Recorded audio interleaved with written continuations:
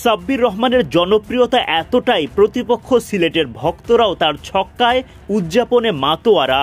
আগের ম্যাচে অবিশ্বাস্য ব্যাটিংয়ের পর এবার সাব্বিরের কাঁধে যখন ফিনিশিংয়ের দায়িত্ব, সেটাও তিনি পালন করলেন ঠিকঠাক। ছক্কায় ছক্কায় মাতালেন সিলেটের গ্যালারি। অধিনায়ক থিসারা পেরেরাকে নিয়ে দুর্দান্ত ফিনিশিং। তার আগে দলের জন্য ভিত গড়ে দেন লিটন দাস। ৪৩ বলের ইনিংসে ১১-৪ ছক্কায় লিটন করলেন ৭৩ রান।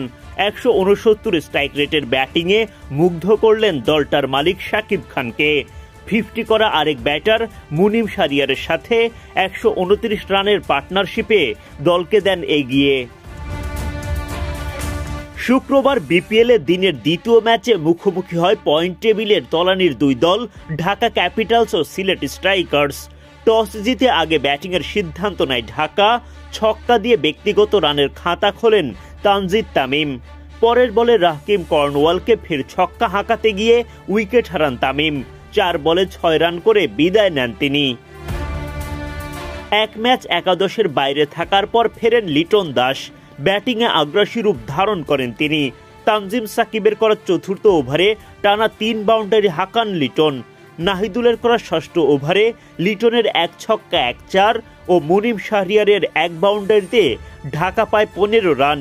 পাওয়ার প্লের ৬ ওভারে ১ উইকেট হারিয়ে দলটি তোলে ৫৬ রান।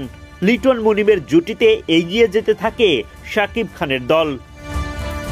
২৯ বলে 50 পূরণ করেন লিটন দাস। তার 50-র সাথে সাথে দলীয় শতকের দেখা পায় ঢাকা ক্যাপিটালস। ৭৬ বল থেকে লিটন মুনিমরা পূরণ করেন নিজেদের পার্টনারশিপের ১০০। যদিও খানিকটা সময় ধরে তাদের করা ধীরগতির ব্যাটিং দলকে চাপে ফেলে দেয় বেশ। সেই চাপ থেকে বের হতে আবারও আগ্রাসী রূপে ফেরেন Liton. Back to back boundary Al আমিনের বলে। আল আমিনকে বাউন্ডারি হাঁকিয়ে ব্যক্তিগত ৫০ পূরণ করেন মুনিম শাহরিয়ার। এই দুই ব্যাটারের 50-তে শক্ত ভিত পায় ঢাকা।